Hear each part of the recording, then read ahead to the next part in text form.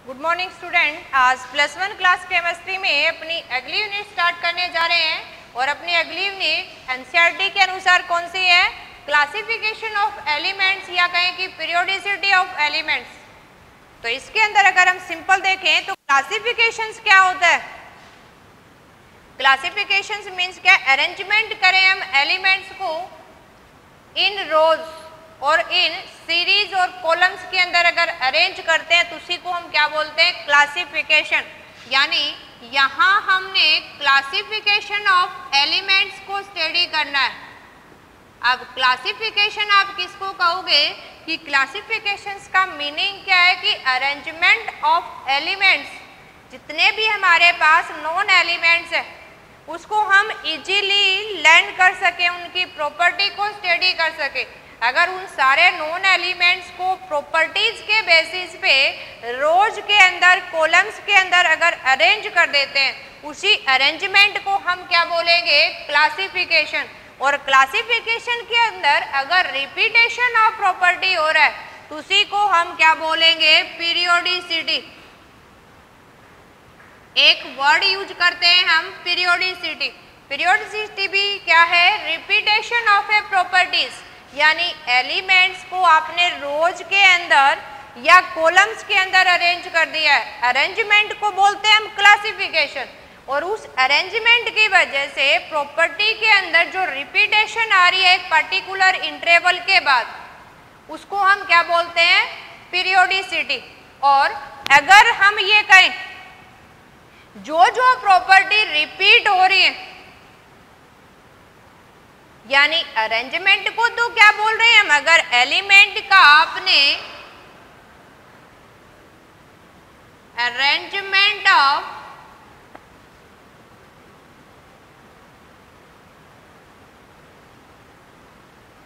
Elements in rows and column, अगर rows और columns में एलिमेंट्स का अरेंजमेंट है उसके लिए वर्ड यूज करते हैं हम क्लासिफिकेशन। और इस अरेंजमेंट की वजह से जो रिपीटेशन ऑफ प्रॉपर्टीज हो रहा है उसको बोलते हैं पीरियोडिसिटी। यानी इस अरेंजमेंट की वजह से जो रिपीटेशन ऑफ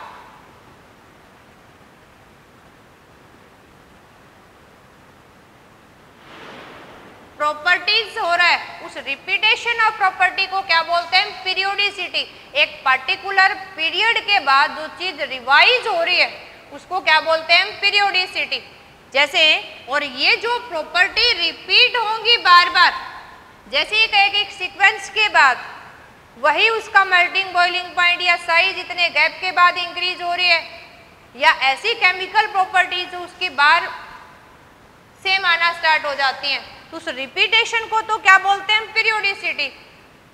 और जिस जिस प्रॉपर्टी की रिपीटेशन हो रही है उसको हम क्या बोलेंगे? Periodic properties.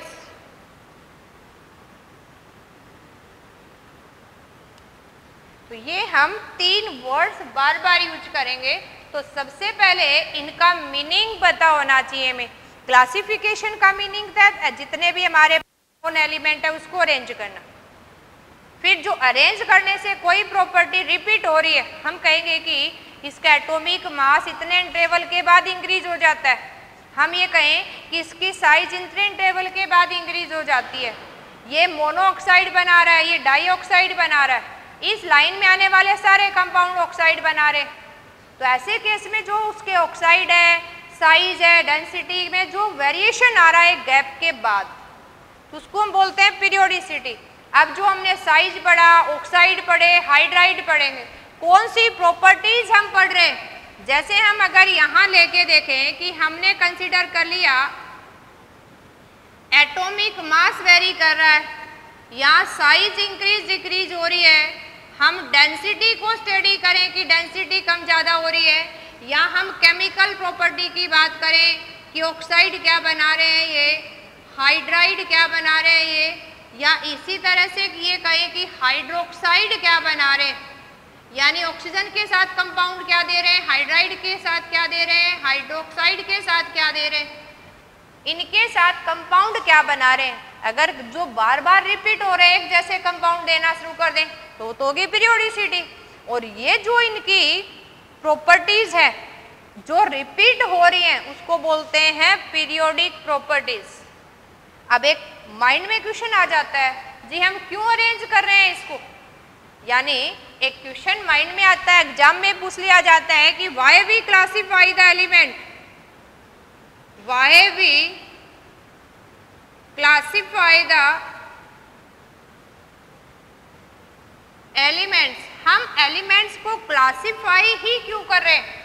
इन एलिमेंट को क्लासिफाई करने की एक वजह, देखो ओल्ड टाइम में तो हमारे पास कम एलिमेंट्स थे, लेकिन at present whether they are naturally और मैन मेड्स, हमारे पास अपनी पीरियोडिक टेबल के अनुसार 118 एलिमेंट्स हमें पता है 118, जिसमें से 14 के करीब हमें सिंथेसाइज कर लिए हैं, बाकी का भी हमारे पास आइडिया है।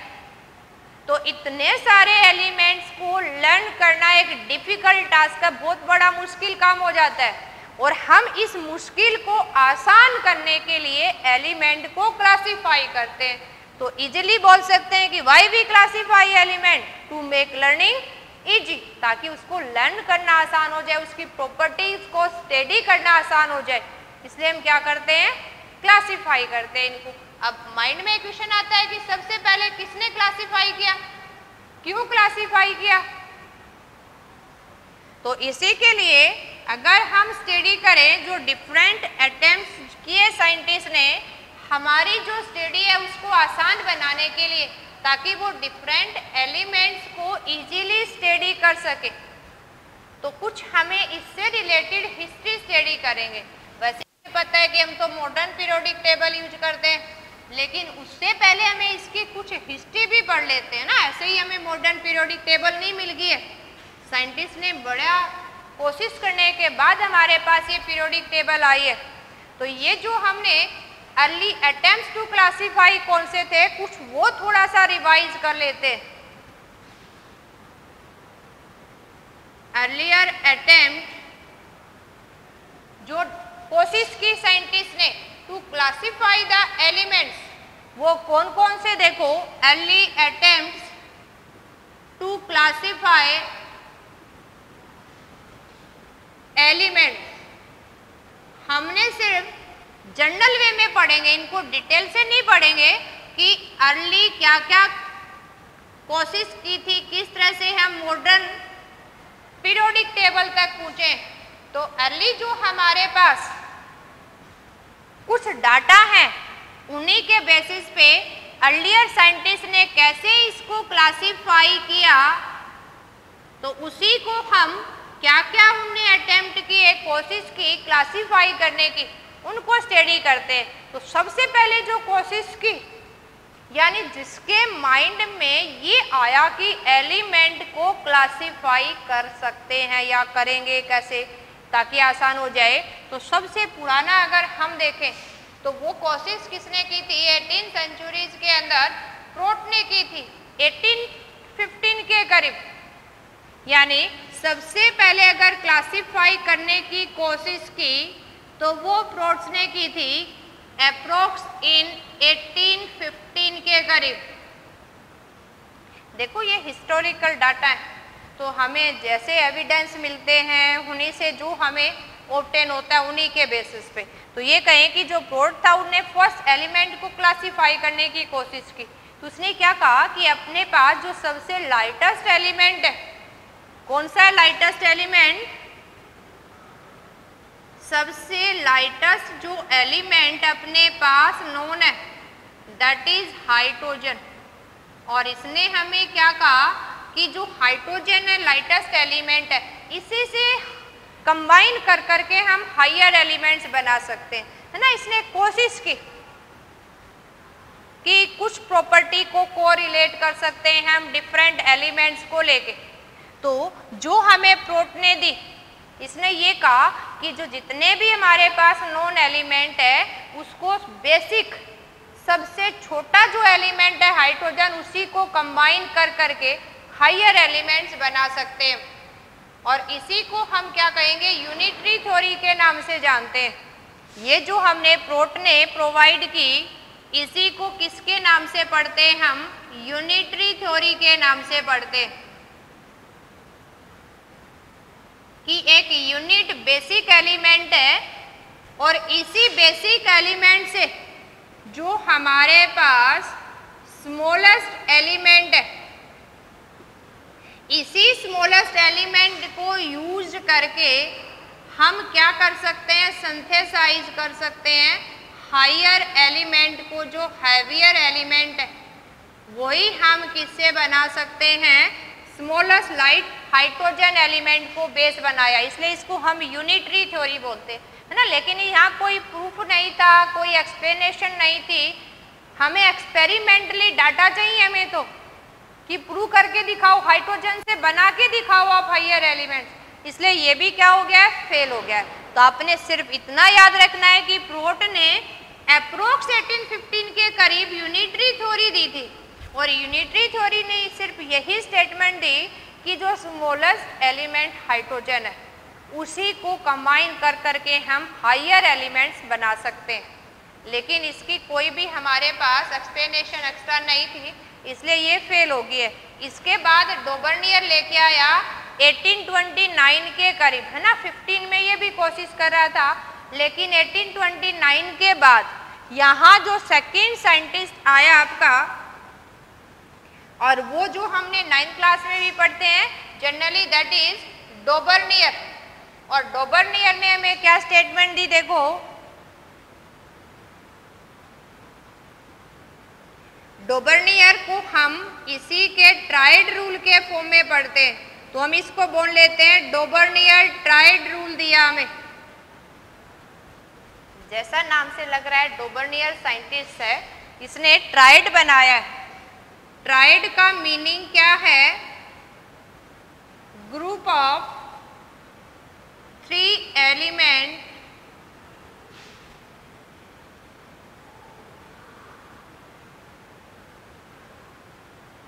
that show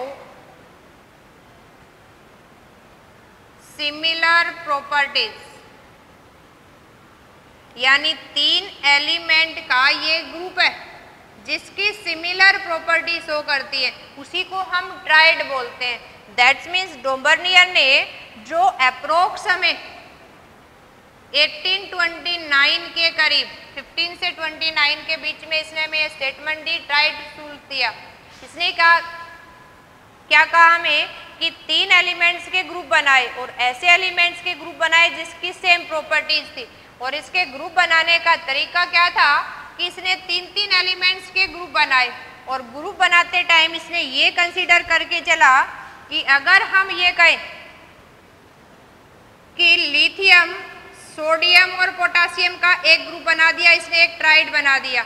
और इसने ये कहा कि इनके जो एटॉमिक मास है उस केस में arithmetic mean of first and third element के मास का जो अरिथमेटिक मीन है वो मिडल एलिमेंट के बराबर है। इसी के एटॉमिक मास के बेसिस पे 3 एलिमेंट के ग्रुप बनाए। उन तीनों एलिमेंट की प्रॉपर्टी एक जैसी थी, लेकिन बनाया किसके बेसिस पे? इसने एटॉमिक मास के बेसिस पे। और कैसे इसने अरेंज किया? देखो, अगर जो एलिमेंट हमारे पास है ये हम मेंशन कर देते हैं, देखो इस फॉर्म में, अगर फर्स्ट और थर्ड को हम सम अप कर दें तो ये मिडल एलिमेंट के मास के बराबर हो जाता है। जैसे 39 प्लस 7 डिवाइड बाय 2 तो कितना आ गया हमारे पास? 23 आ गया है। तो आपके फर्स्ट और थर्ड एलिमेंट के मास का एवरेज मीन किसके बराबर है? मिडल एलिमेंट्स के बराबर है। और यही क्या था? ट्राइड्स रूल था कि 3 एलिमेंट जिसकी प्रॉपर्टी एक जैसी हो उनका ग्रुप कैसे बनाया? उनके एटॉमिक मास को कंसीडर करके, अगर फर्स्ट और थर्ड के एटॉमिक मास को जोड़ के 2 से डिवाइड कर दें तो किसके मास आना चाहिए? मिडल एलिमेंट्स का या नियर बाई आना चाहिए। तो ऐसे एलिमेंट्स के तो ग्रुप थे उसको ट्राइड बोल रहे हैं। और किसने दिया था ये रूल्स? डोबर्नियर ने। इसलिए किस नाम से जानते हैं इसको? डोबर्नियर ट्राइड रूल्स। लेकिन ये भी फेल हो गया। देखो इससे अच्छा था ये, लेकिन ये कुछ ही ग्रुप बना पाया। जितने एलिमेंट अपने पास नोन थे सारे के सारे एलिमेंट्स को ट्राइड की फॉर्म में अरेंज नहीं कर पाए, ये इसकी लिमिटेशन थी। ये बात सही थी कि फर्स्ट और थर्ड के मास का मीन मिडल के बराबर या अप्रोक्स इक्वल है, प्रॉपर्टी भी तीनों की सेम है, लेकिन इसकी कमी क्या थी, जितने नॉन एलिमेंट्स थे उन सबको ये ट्राइड की फॉर्म में अरेंज नहीं कर पाया है। दूसरी कमी क्या थी इसकी, कुछ ऐसे ग्रुप बना दिए इसने, ऐसे ट्राइड बना दिए। देखो ये तो इसकी स्टेटमेंट याद रखनी है आपने कि इसने इस फॉर्म में ट्राइड बनाए जिसमें फर्स्ट और थर्ड के मेन का किसके इक्वल है, मिडल के करीब। लेकिन अगर इसकी हम बात करें कि इसकी लिमिटेशन क्या रह गई थी, कमियां क्या रह गई थी, ड्रॉबैक, तो पहली तो क्या थी, जितने भी नॉन एलिमेंट्स थे सबको ट्राइड की फॉर्म में अरेंज ही नहीं कर पाया। इसी की दूसरी कमी क्या थी कि कुछ ऐसे ट्राइड बना दिए जिसका मास अप्रोक्स इक्वल था। यहाँ तो वेरी कर रहा है, लेकिन कुछ ऐसे भी ट्राइड बना दिए, यानी ट्राइड ऑफ अप्रोक्स सिमिलर, या कहें tried of approx same mass element, same masses के एलिमेंट थे। जैसे इसने निकल, कोबाल्ट और आयरन का एक ग्रुप बना दिया जिनके मास अप्रोक्स बराबर है। अब तो हमें पता है डी ब्लॉक में ये एक ही सीरीज के अंदर 3D सीरीज के अंदर बिलोंग करते हैं। तो कुछ ऐसे एक ग्रुप बना दिया इसने जिसका आपस में रिलेशन बिल्कुल कोरिलेट था। जैसे इसने ओस्मियम, इरिडियम और प्लैटिनम को एक ट्राइड में बना दिया जिसके मास एक दूसरे से के साथ कोरिलेट कर रहे, तो ये इसकी क्या थी, ड्रॉबैक। क्या कहा, ट्राइड रूल, तीन तीन के ग्रुप, सिमिलर प्रॉपर्टी, मिडल का मास किसके बराबर होगा, arithmetic mean of masses of first and third. कमियां क्या थी, जितने नॉन एलिमेंट्स थे सबको अरेंज नहीं कर पाए। फिर क्या फायदा हुआ, कुछ एलिमेंट को तो लर्न करना आसान हो गया लेकिन फिर भी रह गए। अगली कमी क्या थी, कुछ ऐसे एलिमेंट्स के ट्राइड बना दिए इसने तीन तीन के ग्रुप जिसका मास अप्रोक्स बराबर था, तो एक जैसा मास हो गया उनका। तो कुछ ये इसकी क्या थी, कमियां रह गई थी, इसलिए ये फेल हो गया है। इसके बाद हमारे पास 1864 के बाद एक थर्ड रूल्स आया है और ये था न्यूलैंड्स, जो कुछ टाइम तक चला, जिसको हम न्यूलैंड्स ऑक्टेव्स लॉ के नाम से जानते हैं। यानी थर्ड वन जो हमारे पास आया वो कौन सा था, न्यूलैंड्स ऑक्टेव्स लॉ। और ये हमें क्या कहता है, देखो जो थर्ड वन हमने स्टडी करना है वो अलेक्जेंडर साहब का न्यूलैंड्स था और इसने हमें क्या दिया, न्यूलैंड्स लॉ ऑफ ऑक्टेव्स दिया हमें, न्यूलैंड्स लॉ ऑफ ऑक्टेव्स। यानी ऑक्टेव्स का मीनिंग क्या है, ग्रुप ऑफ 8 एलिमेंट। देखो अगर ये देखें हम, ऑक्टेव्स का मीनिंग क्या है, ग्रुप ऑफ 8 एलिमेंट। 8 एलिमेंट्स के इसने ग्रुप बनाए और न्यूलैंड्स ने दिया था हमें, इसलिए न्यूलैंड्स लॉ ऑफ ऑक्टेव्स के नाम से पढ़ते हैं। ये हमें कब दिया इसने, अप्रोक्स 1864-65 के करीब। 29 तक आपका डोबर्नियर था, सारे साइंटिस्ट कोशिश करे थे, 64-65 के करीब हमें क्या मिल गया, Newlands law of octaves. Octave का मीनिंग है इसने ग्रुप ऑफ 8 एलिमेंट बनाए। किससे कंपेयर किया था इसने, देखो इसने 80 किस लिए लिया, इसने म्यूजिकल टोन से कंपेयर किया। जैसे हम देखें सा रे गा मा पा धा, उसके बाद नी के बाद फिर सा आ जाता है। जैसे first musical tone, 8th musical tone दोनों सेम है, ऐसे इसने कहा कि 8 एलिमेंट्स के अगर ग्रुप बनाए तो फर्स्ट एलिमेंट की प्रॉपर्टी सेम कैसे होंगी, 8th एलिमेंट के। और इसने हमें देखो क्या क्या ग्रुप में एलिमेंट्स दिए यहाँ, अगर देखें हम हाइड्रोजन, लिथियम,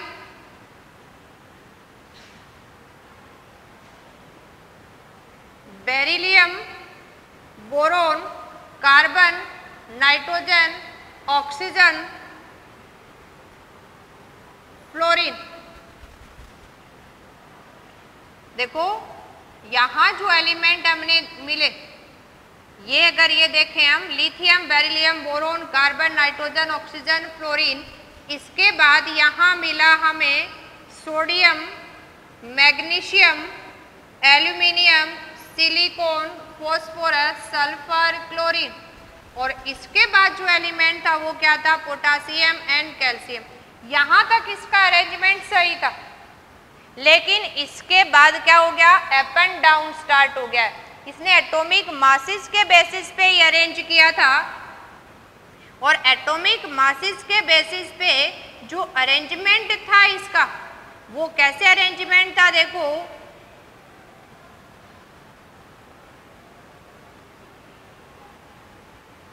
ये अगर हम अरेंजमेंट देखें या तो ये जो इसका अरेंजमेंट था, ये कुछ आपका सेट हो रहा था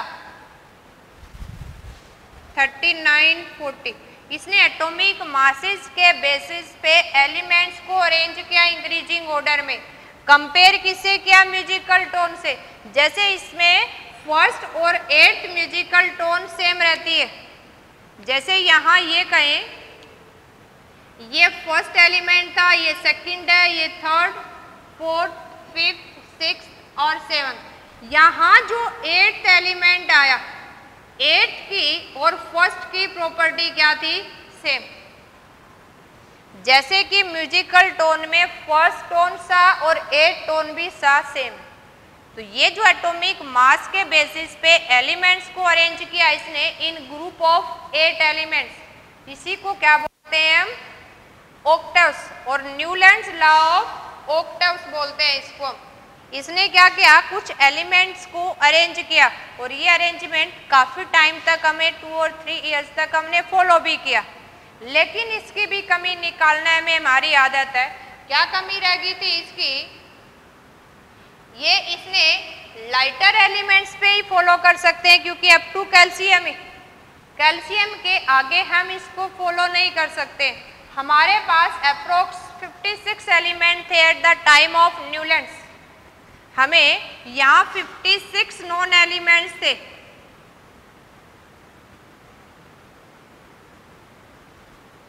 at the times of Newlands, लेकिन ये तो सिर्फ अगर देखें आप, तो अगर पूरा ही देखें तो 16 एलिमेंट्स, या हम ये कहें कि 18 एलिमेंट्स को अरेंज कर पाए, तो ये इसकी क्या थी, ड्रॉबैक थी।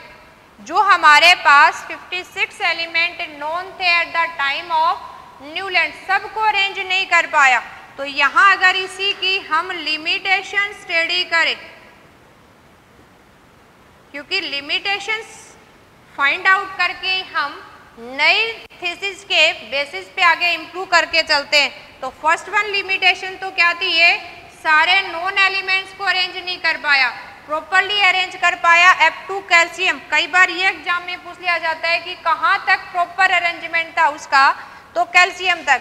और सेकंड ड्रॉबैक क्या थी, सिर्फ लाइटर एलिमेंट के लिए ही पॉसिबल था ये क्लासिफिकेशन हम हायर एलिमेंट पे नहीं लगा सकते, सिर्फ किस पे लगा सकते हैं, लाइटर पे, और अप टू कैल्शियम ही अरेंज कर पाए। इसलिए हायर एलिमेंट के केस में क्या हो गया, ये फेल हो गया। इसके बाद जो अगली कोशिश की वो किसने की, लोथर मेयर और मेंडलीव्स ने। लोथर मेयर जर्मनी से बिलोंग करता था और मेंडलीव्स किससे था, रसिया का था। दोनों ने एक टाइम्स में ही हमें स्टेटमेंट दी, और क्या स्टेटमेंट दी, दोनों की स्टेटमेंट सेम थी, अरेंजमेंट सेम था। लेकिन हमने मेंडलीव्स को स्टडी करते हैं लेकिन लोथर मेयर को नहीं, क्योंकि लोथर मेयर अपने जो भी थीसिस थी डिस्कवरी की उसको पब्लिश ही नहीं कर पाया उस टाइम, और पब्लिकेशंस की कमी से हम मेंडलीव्स को तो सब पढ़ते हैं, लोथर मेयर्स को स्टडी नहीं करते। तो देखो अगर हम नेक्स्ट क्लासिफिकेशंस की बात करें, हमें नेक्स्ट जो मिला क्लासिफिकेशन, फोर्थ वन किसका मिला हमें, लोथर मेयर्स का स्टडी करते। लोथरमेयर जर्मनी से बिलोंग करता है। और सेम जो हमने स्टडी करना है जो मेंडलीव्स से, ये मेंडलीव्स ने हमें जो स्टडी दी, मेंडलीव्स ने, ये रसिया से बिलोंग करता है, ये जर्मनी से, दोनों ने 1869 में हमें डिस्कवरी दी। दोनों ने ही क्या बनाया, अरेंज किया एलिमेंट को अकॉर्डिंग टू एटॉमिक मास। अब दोनों में अगर कंपेयर करके हम स्टडी करें, लोथरमेयर ने तो क्या किया, यहां हमें ग्राफ की फॉर्म में मेंशन किया कि अगर हम एलिमेंट को एटॉमिक मास और वॉल्यूम के वर्सेस अगर ग्राफिकली अरेंज करें तो हमें ग्राफ के अंदर सेम पोजीशन मिलेगी। सिलेंडर की फॉर्म में इसने अरेंज किए थे। और यहाँ अगर एलिमेंट को atomic volume versus atomic mass यहाँ ग्राफ ड्रा करें तो इस फॉर्म में हमें ग्राफ ऐसा कुछ मिला। यहाँ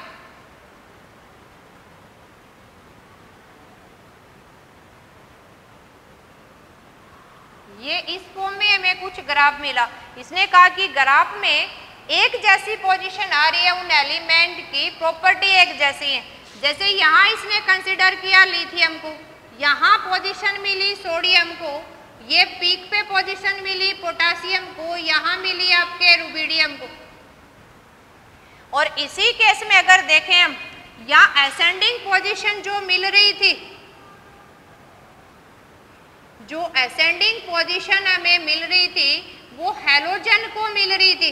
और यहाँ डिसेंडिंग पोजीशन जो मिल रही थी डाउनवर्ड आते टाइम, ये पोजीशन हमें किसको मिल रही थी, अल्कलाइन अर्थ मेटल्स को मिल रही थी।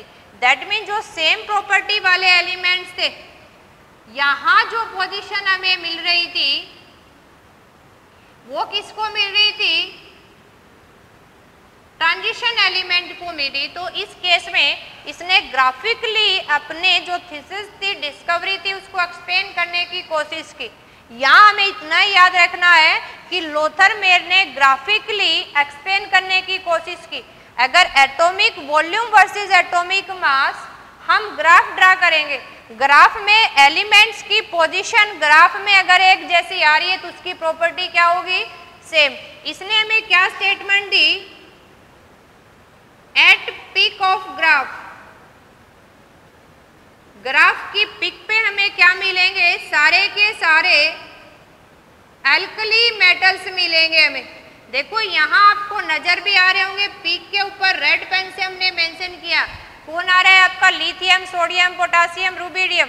और यहाँ असेंडिंग और डिसेंडिंग के केस में भी हमने मेंशन कर रखा है। यहाँ अगर आप देखो ग्राफ के अंदर जो असेंडिंग सीरीज में आ रहे हैं, असेंडिंग पोजीशन पे आ रहे हैं, वो किसको इंडिकेट कर रहे हैं, यहाँ हैलोजन को इंडिकेट कर रहे हैं। किसको इंडिकेट कर रहे हैं, हैलोजन। आपको फ्लोरीन, क्लोरीन, ब्रोमीन की पोजीशन इंडिकेट कर रही है। और थर्ड वन इसने बताया कि पीक के बाद जब पीक डाउनवर्ड आना स्टार्ट हो जाती है तो यहाँ हमें ग्राफ में डिसेंडिंग पोजीशन पे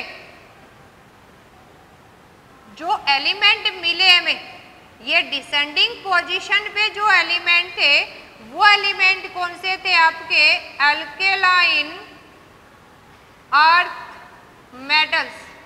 और अल्केलाइन अर्थ मेटल कौन से हैं आपके, मैग्नीशियम है, कैल्शियम है, स्ट्रोंशियम है, बेरियम है। तो ये सारे हमें क्या मिले, डाउनवर्ड, जब हाईएस्ट पीक अटेन करने के बाद वो स्लोप डाउनवर्ड आना स्टार्ट हो जाता है। तो पीक के बाद जो डाउनवर्ड स्लोप आया वो किसको इंडिकेट कर रहा है, डिसेंडिंग सीरीज के ऊपर अल्कलाइन अर्थ मेटल्स को। और इसी केस में अगर ये पोजीशन देखें, जो यहाँ मिनिमा हमें मिल रहा है किसी ग्राफ के अंदर, जो हमें मिनिमा मिल रहा है, सबसे लोवेस्ट पोजीशन मिल रही है, इस मिनिमा को इंडिकेट कौन कर रहा है, ट्रांजिशन एलिमेंट ना। इन सारे एलिमेंट को अब हम मॉडर्न पीरियोडिक पढ़ेंगे तो इन्हीं नाम से जानते हैं कि अल्कली मेटल कौन से, अल्कलाइन कौन से हैं, ट्रांजिशंस। तो लोथर मेयर ने जब एटॉमिक वॉल्यूम और एटॉमिक